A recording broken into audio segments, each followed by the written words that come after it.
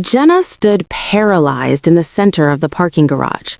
Her white Audi SUV, the one she clearly recalled parking the previous night, had vanished completely. At first, panic surged through her, convinced it had been stolen. With shaking fingers, she dialed her husband. "Leo, honey, my car's not here in the garage. I think someone took it. What should I do? Call the police?" On the other end, Leo's tone remained disturbingly composed, devoid of any alarm. "Relax, it wasn't stolen. I let my sister Susan borrow it for a while." Jenna's mind reeled, struggling to absorb his words. "What did you just say? You gave my car to your sister?" "It's exactly what I said. Susan's struggling to commute to work without wheels. Since you're mostly home with the kids and hardly drive it, I thought you wouldn't care, so I arranged for it to be towed to her place." "You made that decision alone? The car is registered in my name. I paid every installment myself with my own money, before we even married. How could you hand it over to someone else without asking me?" Her voice climbed, but Leo responded with reproach, as though she were being unreasonably stingy. "Why does the title matter? We're married. There's no yours and mine anymore. She's family too. We help each other, right?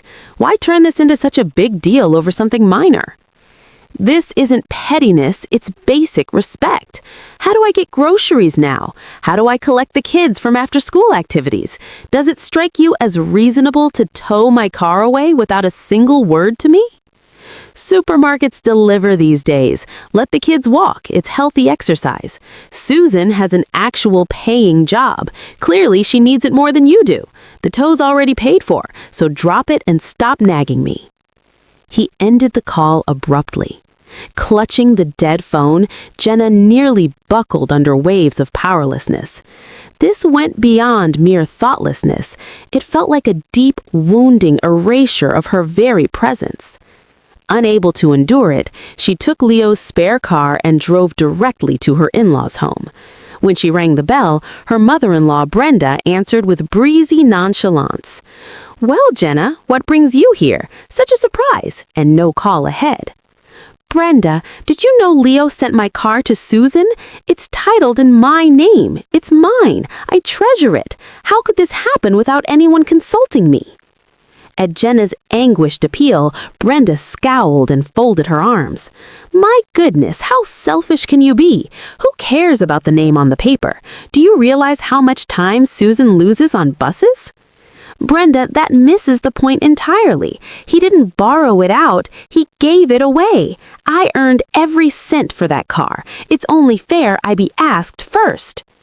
"Now you're acting like Susan's some outsider over a mere vehicle. We're family. Sharing is natural. So selfish of you. Do you honestly believe Leo would have done it secretly if he thought you wouldn't kick up a fuss?" "I'm not the selfish one. You and Leo are. How can you treat another person's belonging like it's disposable? What's all this your property, my property nonsense in a family? You married into ours. If you're living on what Leo provides, that car belongs to the family too. How dare you storm in here shouting at me in my own home, you insolent girl?" Confronted with Brenda's brazenness, Jenna's anger flared hotter. In desperation, she phoned Susan. Yet her sister-in-law's response proved even more galling. "Susan, you're driving my car, aren't you? Return it immediately. My husband sent it without my approval." "Hey, Jenna, why snap at me? It's not my fault. I simply took what my brother offered. You should have argued with him. I've already used it for work and shopping. It's a lovely car, obviously high-end." "Susan, is that really an appropriate thing to say after taking my car?" "Taking? My brother's car is your car, and your car is family property. Jenna, if you stay this wound up over every little thing, life becomes exhausting. I've got a meeting now. Bye, and thanks again for the car. I'm going to love driving it." The line cut off amid Susan's taunting chuckle. Jenna lingered endlessly in a dim corner of the garage, feeling as though the entire world mocked her. That night, Leo arrived home late, reeking of liquor.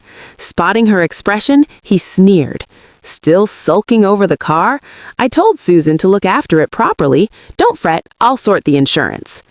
Are you serious? Why would you touch the insurance? It's in my name. Get my car back now, or I won't stay silent. With an irritated flick, Leo flung his jacket on the couch and barked, "Get it back? There's nothing to get back. My sister needs a vehicle, and you're throwing a hysterical tantrum because you can't share. You're incredibly selfish. I can't even stand the sight of you. Go to bed and keep quiet." He grabbed a water bottle from the fridge, eyeing her like vermin. That icy stare shattered something profound within her. This man isn't my ally. He views me not as his wife, but as something expendable, readily discarded for his family's convenience. In the shadowed living room, she drifted to the window facing the vacant parking space. The true wound wasn't the missing car. It was the brutal realization that years of hard-won respect and autonomy had been stripped away in a single callous act. She tightened her fists. She vowed never again to let them trample her. Jenna began to think with clear-headed resolve about how to safeguard what rightfully belonged to her. A week after the car ordeal, the sting still fresh, her in-laws arrived at the house without warning. "Jenna, we're having dinner here tonight, just so you know," her mother-in-law Brenda declared the instant she stepped inside, her voice ringing like a challenge. Trailing behind her, Susan entered with a sly, triumphant smile and arms full of high-end shopping bags. "Hey, sis-in-law, the house looks so elegant. I'm honestly jealous." Caught off guard, Jenna welcomed them as best she could. "Brenda, if you'd called ahead, I would have prepared something proper. Coming so suddenly, I haven't got dinner ready." "Prepared? Don't be ridiculous," Brenda cut in. "We're family. No need for a fancy spread. Just serve whatever's already here." Without waiting for a response, she strode into the living room and ran her fingers appreciatively over the Italian leather sofa that anchored the space. "My, this sofa is stunning. The leather feels so luxurious and soft. How much did it set you back?" "I bought it before the wedding. It was quite an investment back then." Brenda stroked the cushions in several places, clucking her tongue. "Still holding on to pre-marriage things. Time to upgrade, don't you think? The leather's already showing wear." "It's in excellent shape, Brenda. It's only lightly dusty, not peeling." "Dusty, whatever. It's leagues better than ours. Imagine how transformed our living room would look with one of these, right, Susan?" Brenda settled heavily onto the sofa and beckoned her daughter. Susan, who had been twirling one of the dining chairs like a toy, nodded eagerly. "Absolutely, Mom. Leo, these chairs have such beautiful lines, don't they? Ours are ancient. We'd love to trade them for yours." Leo, lingering nearby, gave an awkward chuckle. "Come on, Susan, don't joke like that." But Susan's expression remained earnest. "I'm serious. You two can always get nicer ones later, can't you, Jenna?" In the kitchen preparing drinks, Jenna overheard every word. Her hands shook faintly as she felt her possessions being casually evaluated like items at a yard sale. "Jenna, water. My throat's parched," Brenda called sharply. Jenna hurried back with a glass. After a long sip, Brenda's gaze shifted to the painting hanging on the wall. "And this painting, what's with the moody colors? It looks pricey, but it drags the whole room down." "It's by an artist I've long admired. It was difficult to acquire. It means a lot to me." "An artist? Is he well known?" "He's fairly respected on a national level." "National only? Then it's hardly impressive. Something like that just makes the place feel gloomy. At our house, we hang bright landscape calendars. Much cheerier." "That's your preference, Brenda. I happen to love this piece." Brenda gave a short, dismissive laugh and eyed her up and down. "It's not about preference. It simply seems extravagant for your means. You're not wealthy enough for such indulgences."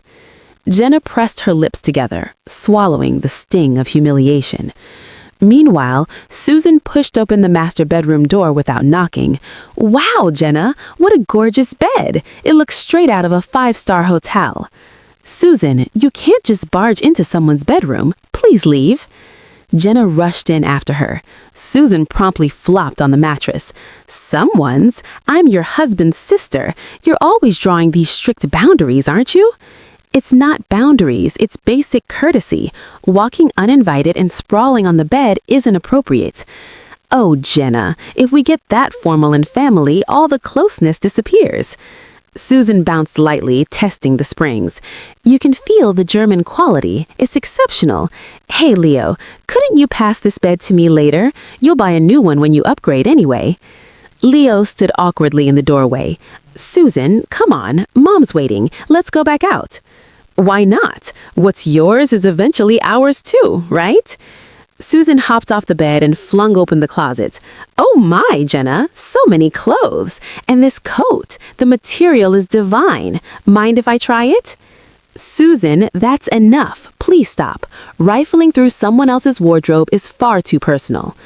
At Jenna's raised tone, Susan slammed the door shut with a scowl. Fine, touchy nutch. I was only looking. I'm out. She marched back to the living room, muttering under her breath. Brenda had moved to the office and was inspecting the bookshelf. How does one woman accumulate so many books, Jenna? Do you actually read them all? Yes, they're essential for my work, and I read for pleasure, too. Pleasure. Shouldn't a daughter-in-law use that time for housework instead? Does reading pay bills or feed the family? I believe lifelong learning matters. What nonsense! You'd serve our grandchildren better by focusing on them instead of stacking expensive books. This shelf alone could have funded several more after-school programs for the kids. They already have plenty of activities. I don't see anything wrong with buying furniture with money I've earned myself. Enough. These days, one activity is considered skimping. Children should be in 3 or 4. You pamper yourself while shortchanging their future. Jenna, deciding argument was futile, went quiet. At dinner, the table held an assortment of takeout, fried chicken, pizza, sides. Brenda bit into a drumstick and complained loudly. Instead of cooking, you just ordered everything in. How inconsiderate. You arrived without notice. I didn't have time to shop or prepare. Please understand. Time? And what exactly were you doing all afternoon? Lounging around? A decent daughter-in-law would at least cook rice for her mother-in-law's visit. I was busy with the children and housework. I wasn't lounging. Busy, my foot. Jenna finally set her fork down, appetite gone, stomach churning from the relentless pressure. The family lingered until nearly 10 p.m., their departure leaving behind a trail of disorder and unease. She sank onto the disheveled sofa, gazing at the now empty living room. Her skin prickled at the memory of their greedy fingers tracing every surface she had so thoughtfully selected. Though this was her home, she felt reduced to an intruder in her own space. "Honey, don't take it to heart," Leo said, settling beside her and reaching for her shoulder. "Mom and Susan were just teasing." Jenna shrugged his hand away with cool detachment. Teasing? Pawing through our belongings and pricing them like window shoppers? That's your idea of a joke? They're family. It's natural they'd admire nice things. No need to get so defensive. If they're family, does that make it acceptable to sprawl on our bed without asking or rummage through our closet? This isn't our house to you anymore. You talk like you're an outsider. It's our home, yours and mine. Our home? Jenna's voice sharpened. Whose home exactly? If it's truly ours, shouldn't my voice carry equal weight? Then why hand over my car and prepare to donate our furniture to your relatives? Leo snatched up the remote, irritation flashing across his face. You're being impossible lately, so uptight. Is sharing with family really that unbearable? She offered no reply. Just as the parking spot had emptied, so had the trust she once held for him. First the car, now the furniture, next perhaps the house itself. This place no longer felt like sanctuary. In that moment, she resolved to forge her own defenses, a stronghold they could never breach again. 2 days after the car vanished and her possessions were appraised like auction items, her phone rang with an unexpected caller. Brenda. Jenna, our refrigerator died suddenly. We'll need to borrow yours for a bit. Jenna blinked in disbelief. The refrigerator? How exactly do you plan to take a major appliance? It's not taking. We'll hire movers. They'll handle it quickly and install it at our place. Jenna gripped the phone harder. Brenda, that's the one we're actively using. It's stocked with our food. I know, but it's only temporary until ours is fixed. Can't you do us this small kindness? No. And how long will the repair take? They're waiting on a part. 2 weeks, maybe a month if it drags. A month without a refrigerator? We're supposed to manage that? Brenda's tone iced over, unapologetic. What's the issue? Use the chance to get a smaller model. You're doing fine financially. I don't understand why you're so miserly. Then why not buy a compact one yourselves? Why demand the one we rely on daily? Why spend money when yours is sitting right there? Your mother-in-law asks for help and you refuse outright? That's cold. This isn't help, it's a demand. Brenda, this crosses every line. Jenna ended the call decisively, her hands trembling. That evening, Leo stormed in, face thunderous. Mom called me. You really wouldn't lend her the refrigerator? Don't you think you're overreacting? I didn't refuse a loan. I refused to have our working appliance hauled away. Who does that? It's basic reason. She said it's only for a month. They're in a tough spot and you can't spare one little favor? Then buy them a new one. And when exactly will they return my car? It's been over 2 weeks with zero word. Leo loosened his tie roughly and dropped onto the sofa. They'll bring it back eventually. Why drag up ancient history? Why are you so fixated on possessions? Protecting what's mine isn't fixation. Why does your family treat my belongings as communal property? And why, never once, do you stand by me? Stand by you? This isn't some team sport. Honestly, you disappoint me more each day. Everything's a battle with you. Living with you is exhausting. Refusing further discussion, Leo retreated to the bedroom and slammed the door. 2 days later, a brazen text arrived from Susan.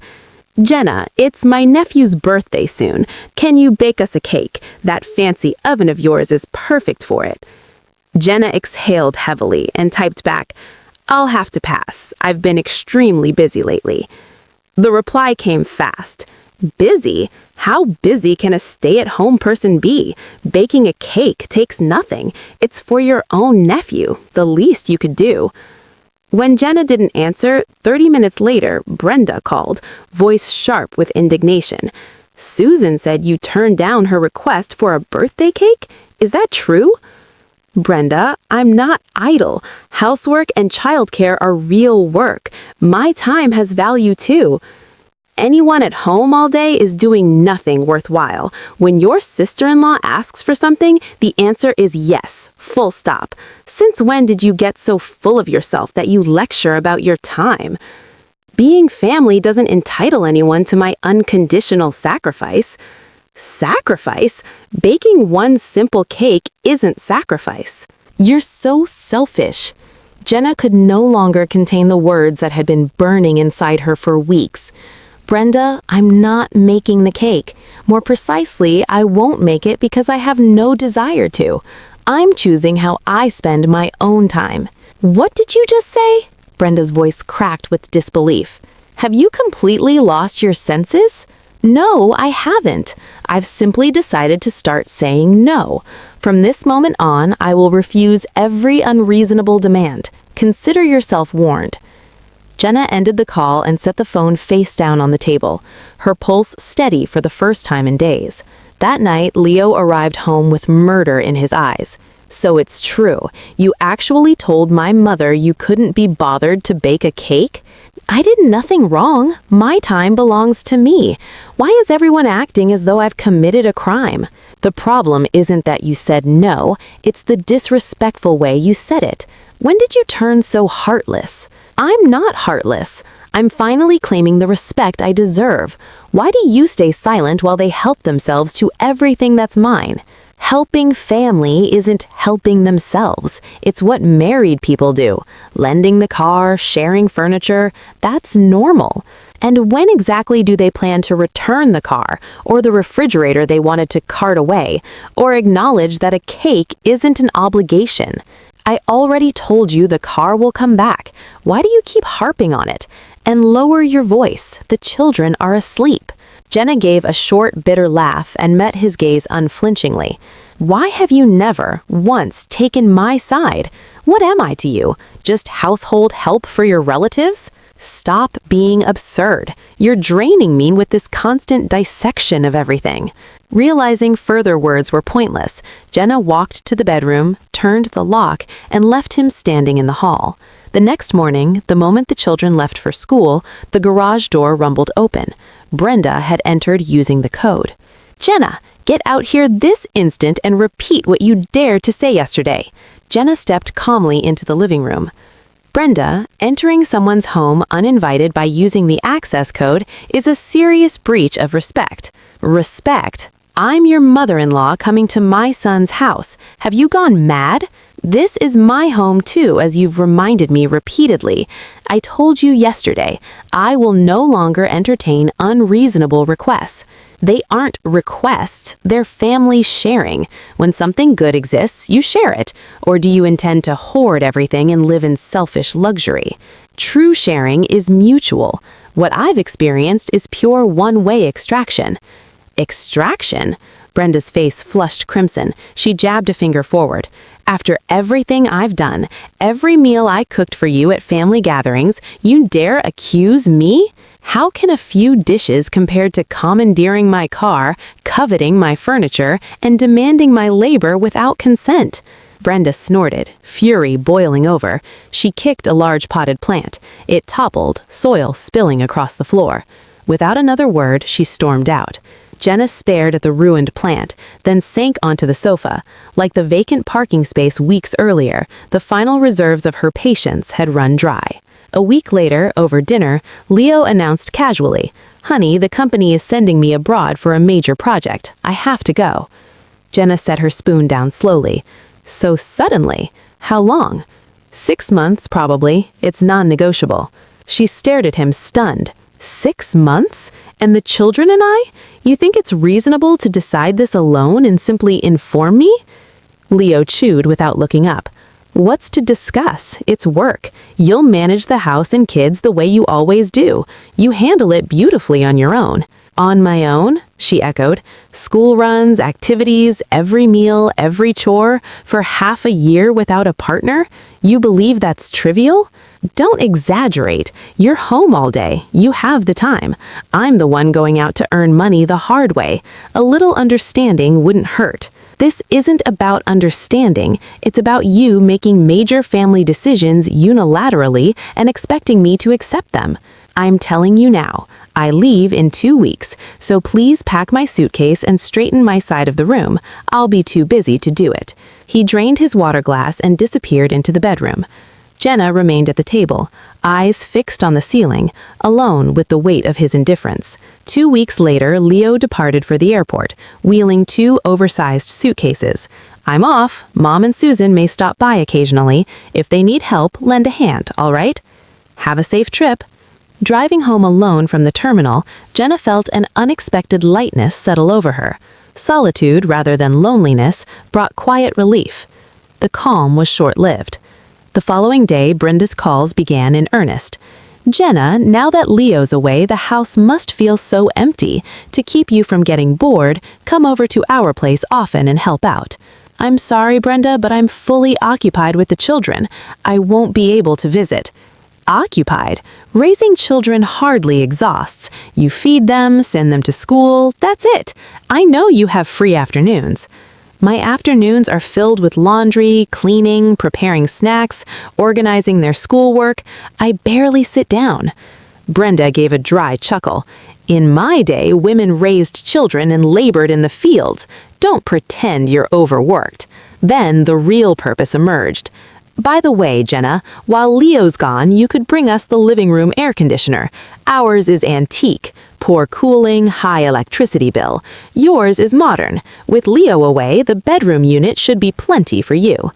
Jenna's grip tightened on the phone. Brenda, how exactly do you propose we lend a wall-mounted air conditioner? And we use the living room every day. The kids study there every day. Why would we dismantle a perfectly functional air conditioner? You have several units already. Your mother-in-law can't sleep in this heat, and you, as the dutiful daughter-in-law, won't even lend the living room one? How utterly selfish.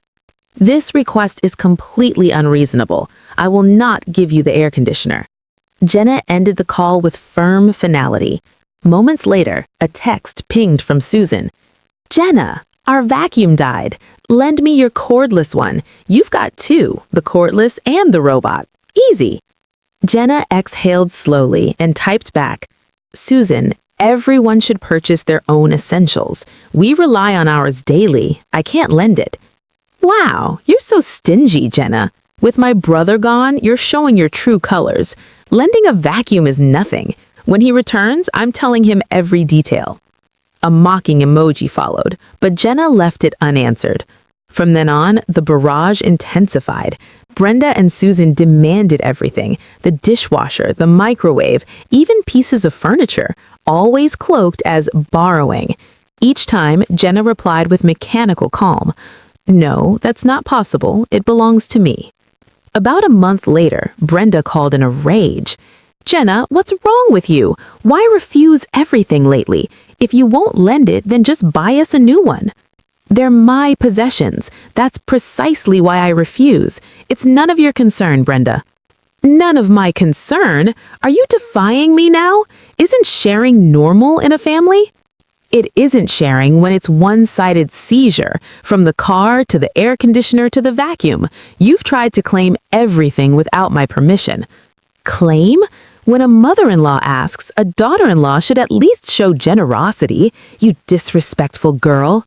Have you ever once asked my opinion? You've issued commands as though it were your birthright. Jenna's voice remained cold and composed. Being family does not entitle you to disregard my rights. With my husband away, I see everything more clearly than ever. I am the owner of my own life. What audacity! When Leo returns, you'll face the consequences. It will be the same when he returns, or rather, I will enforce my boundaries even more resolutely. Goodbye. 2 months slipped by. The third began. Rising before dawn to pack lunches and tidy the house, Jenna realized how profoundly peaceful the home had become without Leo. He had never been a shield. He had been the spark for every conflict. One afternoon, Brenda called again with another directive. Jenna, only 3 months until Leo's back, correct? Tell him to come straight to our house upon landing. A son greets his mother first. No, Brenda, he will come home first. The children are longing to see their father. What difference does it make? He can see them afterward. How dare you place the children ahead of his own mother? I'll call Leo myself. Don't interfere. No, the children come first. We'll visit you later. You intend to keep this attitude until the very end? Despite Brenda's furious shouting, Jenna disconnected without a flicker of regret. From then on, the longer she lived alone, the sharper her clarity grew.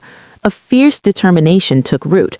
She would not allow this fragile peace to shatter. I cannot return to that life. I refuse to resume the old patterns. She understood that Leo's return in 6 months would not mark a reunion. It might well signal an irreversible parting. Sipping her coffee, Jenna began quietly preparing for the inevitable. 4 months after Leo's departure, she stood by the living room window, eyes on the empty parking space, and made her final decision.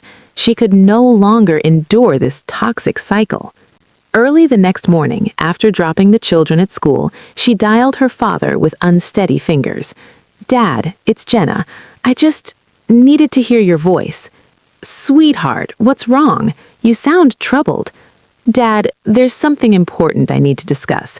Could we meet briefly for lunch? She drove straight to her parents' home. When her father opened the door with his familiar gentle smile, the tears she had held for months finally broke free. Without a word, he drew her into a warm embrace and stroked her back. "Tell me everything, from the start." Jenna poured out the story, the car given away without a word, the relentless coveting of her furniture and appliances under the banner of family, the ceaseless demands that eroded her dignity. Her father listened in heavy silence, then squeezed her hand.